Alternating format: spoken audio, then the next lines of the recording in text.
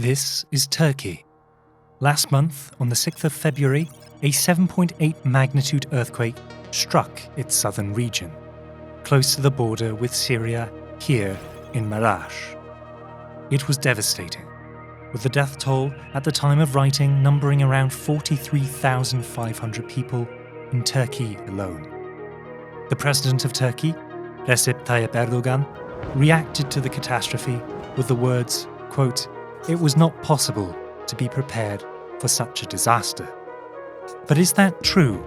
Or should the government have been aware of the vulnerabilities of its cities? That is, because Turkey already had its wake-up call more than 20 years ago. This is the story of the Izmit disaster, and how it exposes not only the negligence of the political class, but also the cultural rut that frustrates true reform in Turkey.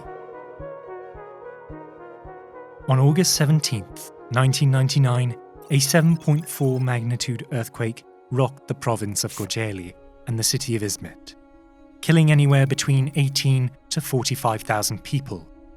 The massive disparity in the estimated death toll is a result of speculation that many of the deaths were not counted and instead classified as missing. Combining the missing numbers with the official death count paints a far more morbid picture of the potential cost of the cataclysm. Many things contributed to the astronomical death toll, but the four main factors we will be uncovering in this video are as follows: the government response, subpar construction practices, the general political mood on how to tackle disasters, and a negative construction culture, issues that unfortunately persist until today. The government response to the disaster left much to be desired. Hours after the quake, relief efforts were thrown into disarray as critical infrastructure connecting Istanbul and Ankara was heavily damaged, frustrating efforts of the Ankara-based authorities to supply aid to the affected areas. To make it worse, communication by the central government was lethargic and scattershot, meaning a coordinated relief effort was not underway for some time. Media reports described how NGOs and foreign relief units were able to mobilize at a faster pace than the central government itself, supplanting its role as a central coordinating authority. It was only after 2 weeks that the government finally managed to establish a clear foothold in the affected region and began folding international and non-state actors into its centralized oversight apparatus. To put it simply, the government of Turkey was ill-prepared for the earthquake. At the time, it did not even have specialized rescue teams of its own and was dependent on international volunteers. It lacked the institutional framework to mount an effective disaster response too, as it didn't have a central authority whose purpose was to manage disasters in the country. As a result of this lack of preparedness, many people lost their lives. As the political system scrambled aimlessly, the task of rescuing people often fell to local communities and foreign entities. But of course, the response to a disaster is only part of the equation.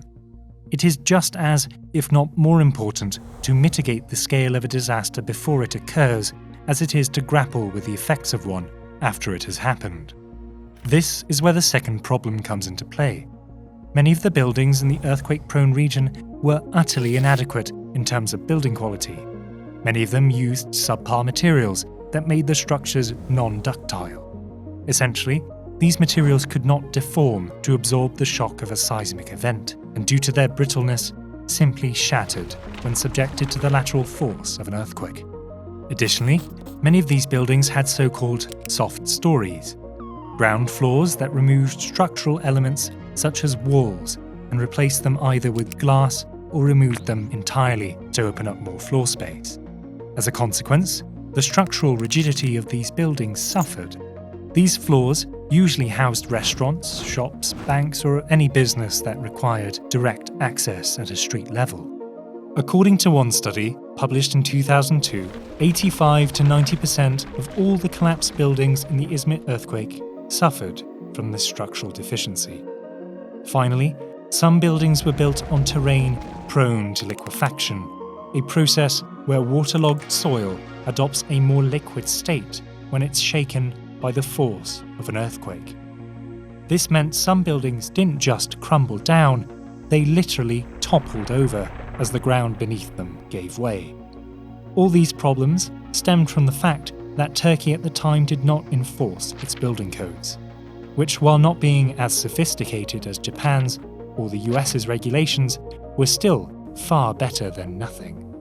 This brings us to the third issue, the political system and its inability or disinclination to pursue enforcement of said building regulations. Reporting just after the earthquake in 1999, the Washington Post wrote that, quote, "No real system has existed here for years. Throughout Turkey, virtually all homes are built without inspection by the bankers, insurers, independent analysts, and government authorities who are typically present at construction sites in Europe and the United States. The political milieu was such that government entities were attempting to avoid the responsibility of implementing preventative measures." One Turkish earthquake engineer summarised the situation as, quote, "The Ministry for Public Works and Housing wanted to stay away from earthquake problems in Istanbul. What is under their jurisdiction is reconstruction. It's under no one's jurisdiction to prepare the city for an earthquake." The task of reforming the system to tackle the root of the problem, rather than its various symptoms, thus fell into legal limbo, where no one assumed responsibility. Adding to the issue, it wasn't like Turkish politics was just apathetic to the problem. Some in the system were actively contributing to it. Following the earthquake, 361 members of the Ministry of Public Works and Housing faced criminal charges of corruption relating to the allocation of construction tenders through favouritism and not merit. One particularly perplexing display of either government incompetence or corruption reared its head when a construction firm called Ceylan İnşaat was given a contract to build housing for earthquake survivors. That same construction company, as it turned out, had constructed buildings that collapsed in that same earthquake. They were being investigated by authorities for negligence in these matters at the time they received the contract. Finally, in some areas, local councils would stop enforcing building codes entirely shortly prior to an election to avoid the political fallout of people being evicted from their homes. All these political deficiencies reflected an environment where some politicians tasked with enforcing the laws of the land instead eschewed their responsibilities to pursue electoral and financial benefits, an unfortunate foreshadowing of Turkey's modern-day issues. However, it is not just the political class that takes the blame here. There is also a general aversion to enforcement in Turkey's construction culture, which lacks an informal legitimacy system through which negligent construction practices are discouraged by industry peers. This is made worse by less stringent qualification requirements that see inexperienced engineers placed on complex construction projects. In Austria and so on, the industry guarantees the quality.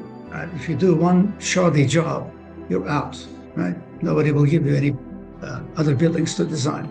In this country, though, there's a law that says the moment you have finished your studies at the university, you are entitled to all the rights and privileges of that job. This is ridiculous.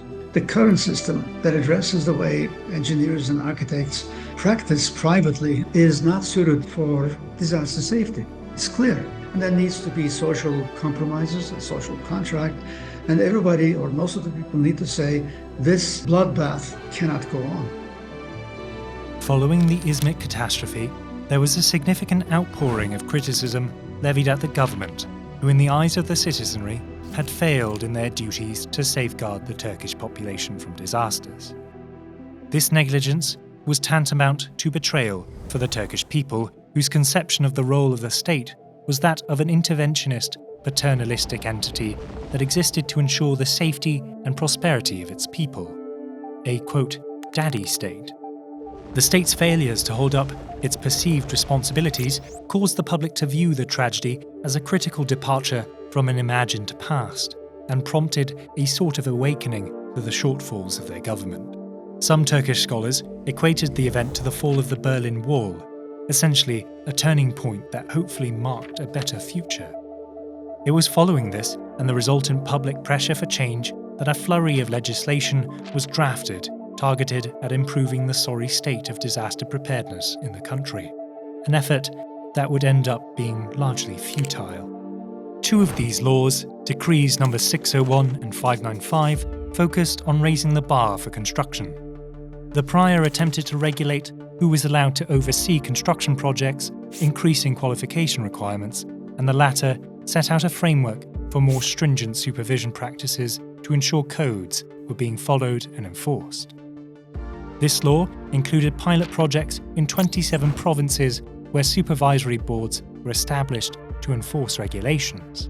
However, only a year after its promulgation, the laws were abolished, being replaced by far less stringent legislation that made fewer provisions for preventative measures and focused largely on post-disaster aid.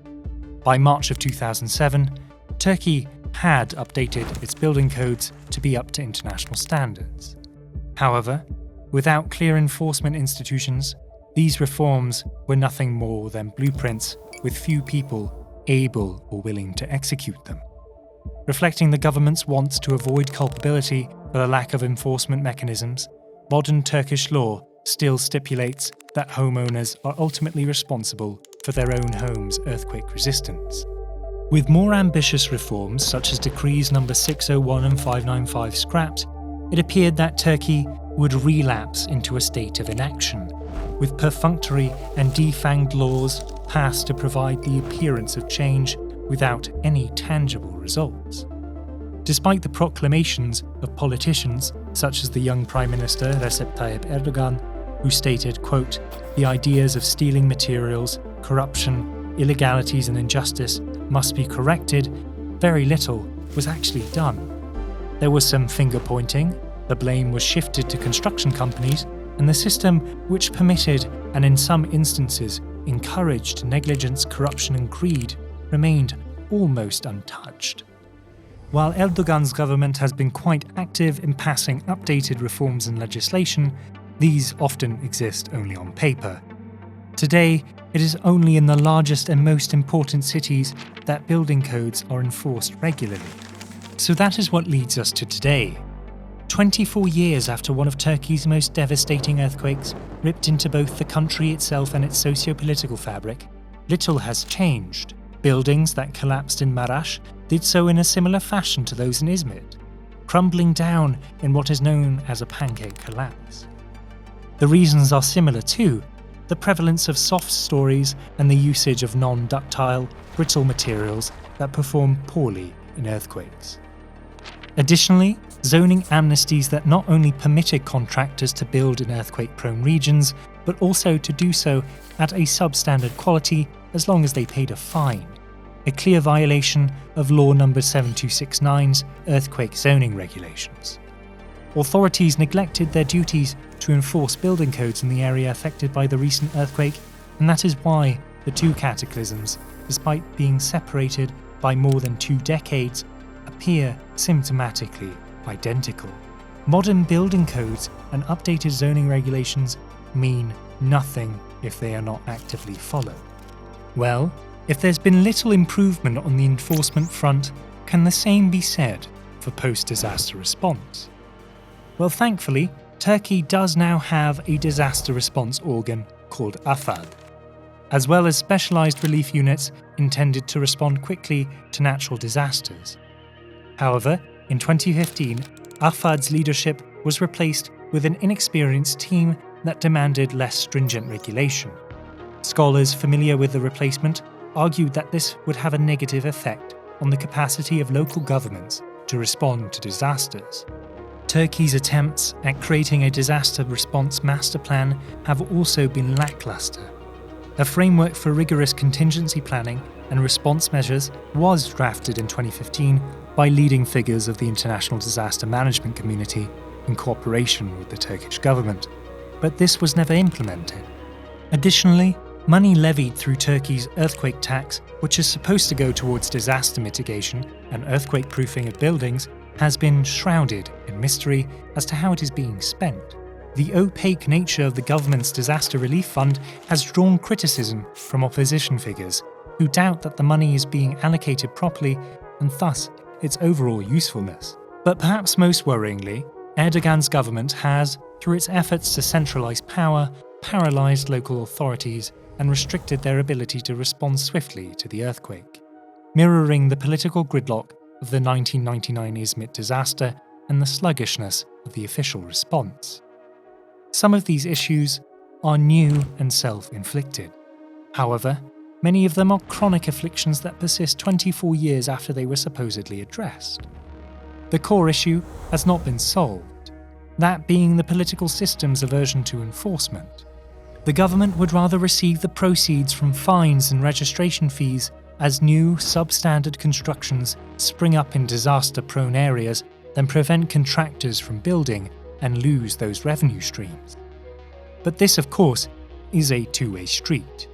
In most nations with modern construction industries, day-to-day enforcement does not come from the government, but industry peers. There is as much pressure from colleagues to build to a high standard as there is from an official site inspector, because there is a culture of holding the discipline and its practitioners to account. In Turkey, this feedback loop of scrutiny and elevated standards is weak, until both ends of the spectrum, both civil and political, can begin to take the problem more seriously and hold themselves to higher standards and responsibilities. Avoidable deaths will continue to happen when disasters occur. Hey everyone, I struggled a little bit to find a suitable ending to this video since, the scars are quite fresh and it's a very recent topic. So I'm dedicating the last section of the video to promoting some charities that help people affected by the recent earthquakes in both Turkey and Syria.